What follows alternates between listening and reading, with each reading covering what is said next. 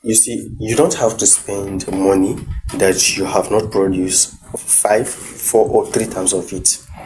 A lot of people, after receiving money, what they start doing is they start thinking of how to spend the money. But do you know that by doing that, it is very, very bad for you? The best thing that you can do is begin to think how you can multiply that money. Begin to think how you can invest that money, how that money can bring in more money for you. Because financially, it's not advisable for you to spend the first hand of your money, but it is better for you to spend maybe second or the third hand of your money.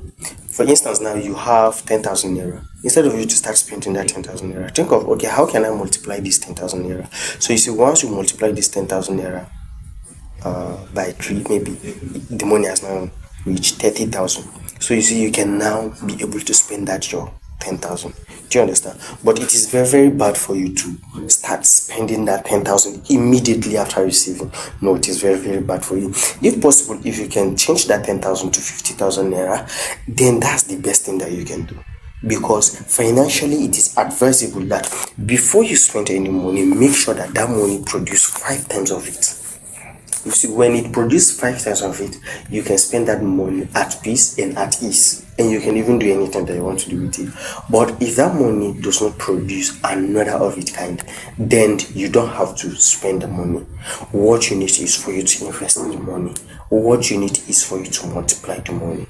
And there are so many ways that you can multiply your money. There are so many ways that you can invest your money. Yes. So what you need is for you to know which way that it is good and suitable for you, and knowing the exact thing that you will do with the money that will make it to be multiplied. Yes. If not, any money that you receive and you start spending, you're signing yourself into something that you cannot even come out of it at peace. So the best thing for you to do is for you to begin to learn about investment, begin to learn about savings, begin to learn about multiplication of money. So when you know all those things, then you're good to go. You see that money that you have, think of it. Okay, you have a business that you can do. You can invest that money quickly into your business so that the money can produce another of its kind before you spend it. But if you cannot produce another of its kind, then you have no reason spending it. That's my wise counsel for you.